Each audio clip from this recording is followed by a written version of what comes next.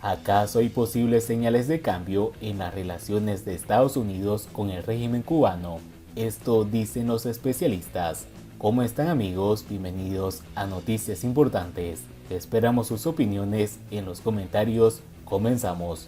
Migración, intercambio académico, vuelos, comercio y asistencia ante desastres son algunos de los puntos que han acercado en los últimos tiempos a los gobiernos de Cuba y Estados Unidos.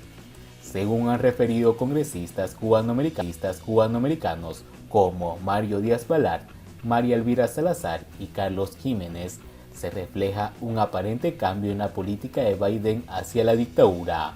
Movidos por esta preocupación, los legisladores incluso pidieron respuestas a la administración Biden en una carta enviada el pasado 24 de octubre. Yacik Cires, analista, comentó: el gobierno del presidente Biden revocó en mayo varias restricciones establecidas por su predecesor Donald Trump.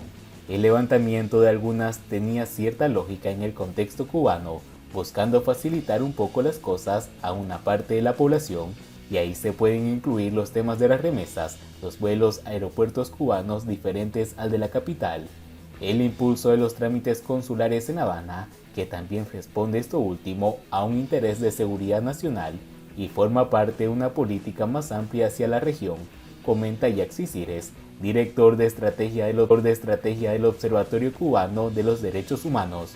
Para el también coordinador de Cuba Humanista, en este paquete incluyeron otras medidas que no tienen sentido en el contexto actual, como retomar los viajes grupales bajo la categoría de viajes educativo, people to people, que es algo más enfocado a determinadas élites de ambos lados.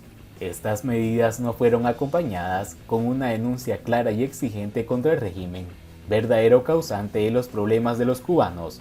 Parece que alguien ha logrado establecer la idea de que determinadas medidas no deben ir acompañadas de exigencias políticas y legales al régimen, unas veces porque son humanitarias y otras porque hay que generar un clima de confianza. Esto es erróneo y antipolítico, consideró el analista. Para Cires, es sacrificar las bazas del presente para dejarlo todo, si acaso, a la voluntad de quien ha demostrado no respetar las reglas del juego. ¿Cómo se pueden plantear medidas migratorias o sobre los viajes y no tener una estrategia para que el régimen deje de utilizar como castigo político que cubano entra o sale de su propio país? Y continuó: para hacer esto hace falta liderazgo, creatividad y audacia. Puso como elemento positivo las sanciones individuales contra represores de las manifestaciones del 11 y 12 de julio, pero criticó que en los últimos anuncios no se mencionaran los nombres de los sancionados. Cires recordó que la administración Biden dijo que tomaría medidas, pero que nunca regresaría a la política de Obama. El asunto es que se dificulta identificar cuál es el núcleo central de la actual política, y eso causa preocupación en sectores democráticos, apuntó. Hay una serie de acontecimientos de diversas naturalezas que sugieren pensar bien el enfoque de esa política superando el status quo, dijo.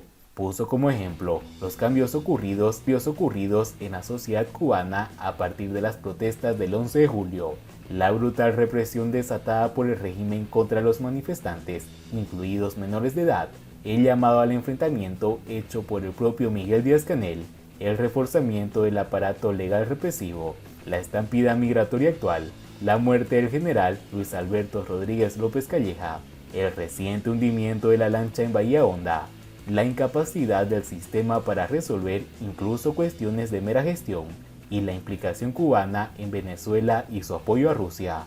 En opinión de Cires, las políticas de Obama y Donald Trump tuvieron elementos positivos, en el caso del trabajo de la sociedad civil y en el otro con su confrontación clara contra la élite cubana. Estados Unidos y la Unión Europea deben acompañar al pueblo cubano en la búsqueda de una salida del régimen actual y después apoyar con todo su liderazgo moral, político y económico. Puede que sea difícil clarificar en lo inmediato algún hito en este proceso, debido, por ejemplo, a la situación actual de la oposición interna o a la dificultad de identificar a sujetos reformistas dentro del régimen. Pero ahí es donde tiene lugar su papel, la creatividad política y la firme convicción de que el pueblo cubano tiene derecho a un futuro libre y próspero, declaró. El presidente Biden tiene una larga trayectoria política, igual que algunos políticos cubanoamericanos de ambos partidos. Lo mejor sería que se pusieran de acuerdo de una política audaz, expresiones externas de una lógica errada y perversa. En palabras del analista político cubano Juan Antonio Blanco, la falsa premisa elaborada por la Dirección de Inteligencia en los años 90, que fuese sembrada por la espía Ana Belén Montes en las comunidades de inteligencia, académicas, políticas y de comunicación de Estados Unidos, sigue vigente.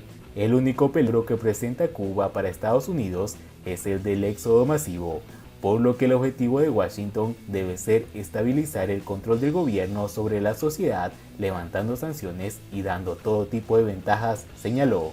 La política de Estados Unidos, como la de cualquier país, prioriza las amenazas de seguridad nacional y presta apoyo marginal, político y económico a otros temas de su interés como los derechos humanos y la democracia.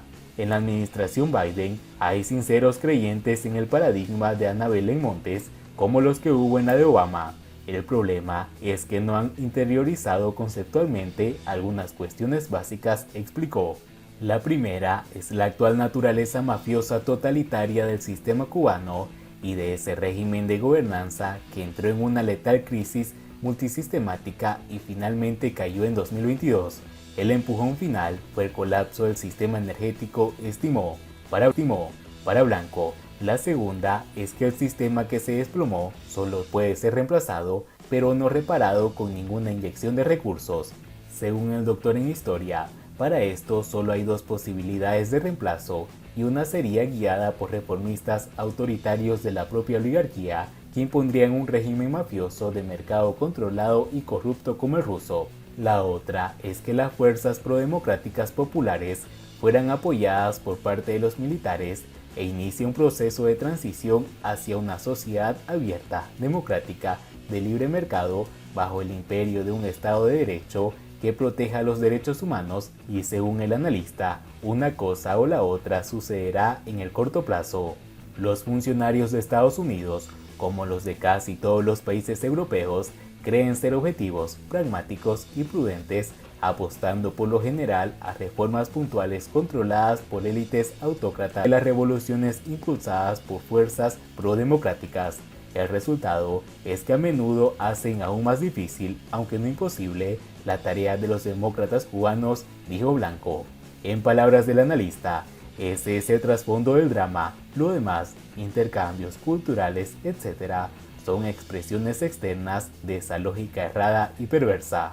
Mientras tanto, para el opositor cubano Manuel Cuesta Moroa, hay señales evidentes de cambio y, en primer lugar, mencionó el restablecimiento de los servicios de la Embajada de Estados Unidos en Cuba. Como segunda, no diría que el estímulo, pero sí la complacencia en que se retome aquel camino de las reuniones entre los empresarios estadounidenses y supuestos empresarios cubanos, dijo, y lo calificó como un camino a explorar realmente peligroso, sobre todo porque el empresariado cubano es cautivo de las estructuras del poder, no responde realmente a la economía. El historiador alertó que si no se estimula el mercado interno, si los cambios en la política de Estados Unidos no responden a criterios de seguridad jurídica universal que valgan tanto para unos como para otros, si no se estimula la iniciativa privada, lo único que se va a estimular es una especie de capitalismo comercial en Cuba que no es bueno para la sociedad cubana. En opinión de Cuesta, la tercer señal va por los gestos políticos y simbólicos de generosidad para enviar mensajes tanto al gobierno como al pueblo cubano de que Estados Unidos no es el enemigo. El analista consideró que es una tendencia que estimuló Obama y que tiene un antecedente en aquel gesto compasivo de la administración de Bush de sacar la venta de medicinas y alimentos de la política del embargo. El último ejemplo de esto es la ayuda dada cuando la explosión de los supertanqueros de Matanzas y luego el otorgamiento de $2 millones a través de la USAID por el huracán Nan, los gestos que indican señales de cambio.